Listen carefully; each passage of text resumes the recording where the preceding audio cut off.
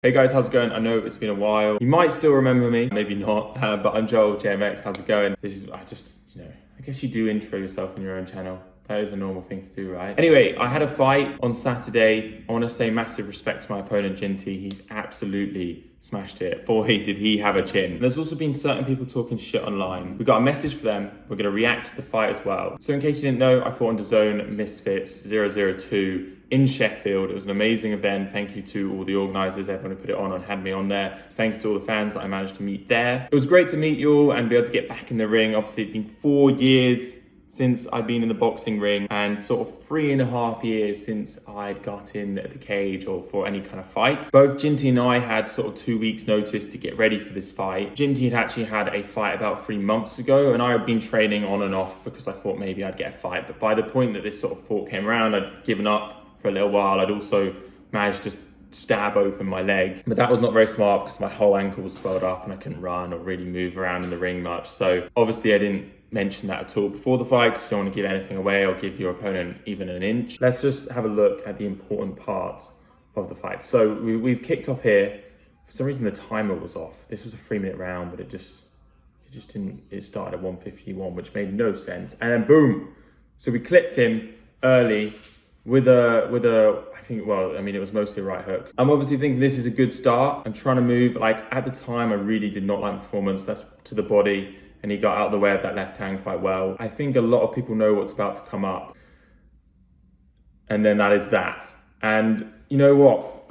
At the time, like, I'd like to say, you know, I was like really pissed off about it because I was like, this is, I'm gonna get memed for this, and fair play. I deserve to get memed. Well, I don't know if I deserve to get memed. I mean, this is their 10-ounce gloves. This is boxing. It's a tough sport, and shit happens. And at the time on the interview, I was pissed off, and I was like, there was no knockdown, or like I was off balance, etc. I wasn't hurt, and I mean, it was a knockdown. Technically, he hit me and knocked me off balance, and I tripped backwards. But I wasn't hurt at all. As you can see, I'm going down. I'm like, no. But you know what? Fair play to Ginty. He caught me with a hook, knocked me off balance. My feet were all in the wrong place. Again, this comes in, like, for this whole fight, I was really not happy with my performance afterwards. But anyway, I'll get onto that. And obviously, everyone was losing their minds at this point because, you know, Ginty knocked me down. He did fair play to him. And then we got a couple of nice shots in there. But I just don't know why. Like, there's just no need.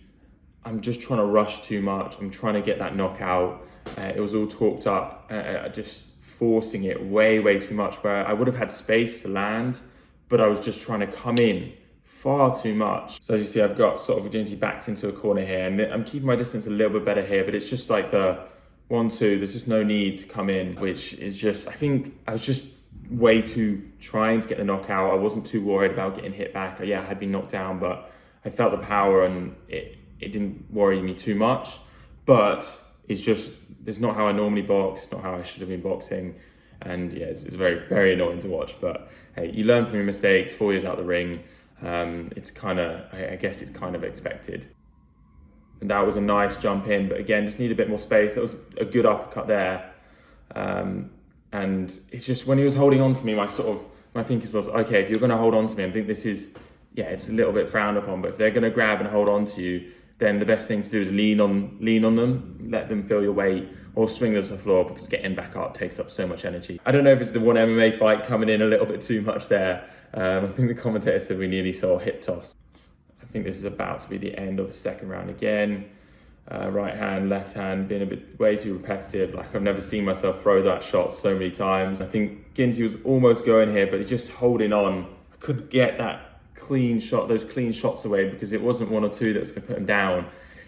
There was nothing putting this guy down, man. He was fucking so much respect to Ginty, honestly. I mean, I know I said all the shit in the build up, and like, listen, I mean, it was a lot of, obviously it was, you know, there was mind games. I wanted him to think that I thought I was going to kill him. That's important. You have to talk shit. You have to, certainly in this instance, like, I wanted him to back off me. I wanted him to be fearful, but he was fucking tough. Okay, so we're going into the final round now. And I think this is when I started to hold back a little bit more, keep my range. And again, that was a little bit of a jump in, but we did land, and that uppercut was filthy. Again, he just still does not go down. Again, like, I'm just like ref, like, he's holding on to me. And the ref just wasn't breaking us or wasn't shouting loud enough. Ginty just didn't give a fuck what the ref said, which fair play to him. And then this was the ending start shot. And then boom, and the towel comes in just after I connect with the right hand. And like, he was kind of out, but like at the time I wasn't really thinking about him being out because he'd taken so many shots before that I was just like, I need to keep punching until he goes down. The ref hadn't said anything.